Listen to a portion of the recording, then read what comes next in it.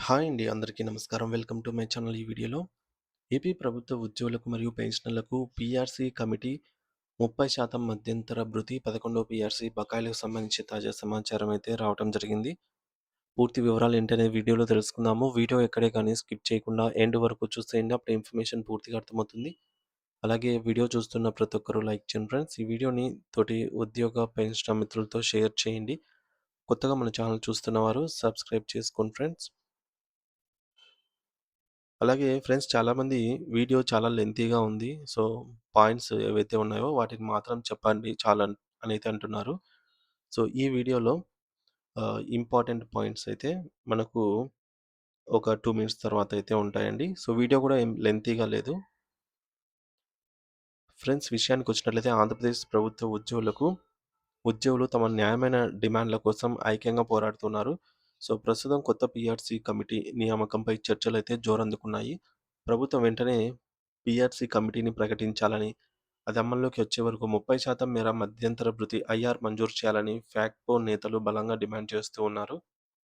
ఇప్పటికే పెండింగ్‌లో ఉన్నటువంటి 5 డీఏలను వెంటనే విడుదల చేయాలని, సీపీఎస్ రద్దు చేసి ఓపీఎస్ అమలు చేయాలని కోరుతూ కలెక్టరేట్ల వద్ద గా అయితే నిర్వహిస్తూ ఉన్నారనమాట. ఎన్నికల మేనిఫెస్టోలో ఇచ్చిన హామీ ప్రకారం 30% ఐఆర్ ఇవ్వటంలో జాప్యం చేయకూడదని, ఈ నెల 21న జరగబోయే ఏపీ జాయింట్ స్టాఫ్ కౌన్సిల్ సమావేశంలో దీనిపైన సానుకూల నిర్ణయం వస్తుందని ఉద్యోగ వర్గాలు ఆశగా ఎదురుచూస్తున్నాయి.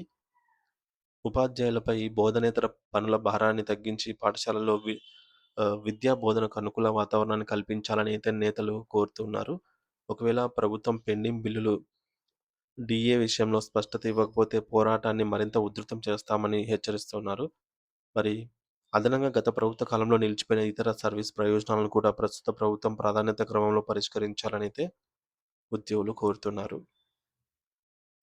ఫ్రెండ్స్ ఇంపార్టెంట్ పాయింట్స్ చూసుకున్నట్లయితే 30% మేర ఐఆర్ కొత్త వేతన సవరణ జరిగే వరకు అంటే పీఆర్సీ అమల్లోకి వచ్చే వరకు తక్షణ ఉపశమనంగా 30% మేర మధ్యంతర భృతి ఇవ్వాలి.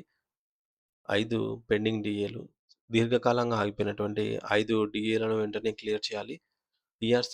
కొత్త పీఆర్సీ ఏర్పాటుపై తక్షణమే అధికారిక ఉత్తర్వులు జారీ చేయాలి. ఓపీఎస్ పునరుద్ధరణ, సీపీఎస్ విధానాన్ని రద్దు చేసి ఉద్యోగులందరికీ పాత పెన్షన్ విధానం అమలు చేయాలి.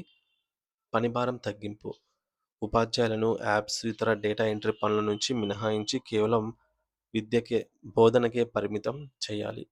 సో, మొత్తానికి ఆంధ్రప్రదేశ్ ప్రభుత్వం తన మేనిఫెస్టోలో హామీ ఇచ్చిన విధంగా 30% మేర ఐఆర్ మరియు కొత్త పీఆర్సీ కమిటీని ప్రకటించాలని డిమాండ్ చేస్తూ ఉపాధ్యాయ సంఘాలు ఆందోళన బాట పట్టాయి. ముఖ్యంగా పెండింగ్ డీఏలు, పెన్షన్ విధానంపై ఈ నెల 21న జరగబోయే ప్రభుత్వ సమావేశం అత్యంత ముఖ్యంగా కీలకం కానుంది. ప్రభుత్వం తక్షణమే సానుకూల నిర్ణయం తీసుకోవాలని అయితే ఉద్యోగులు కోరుతూ ఉన్నారు.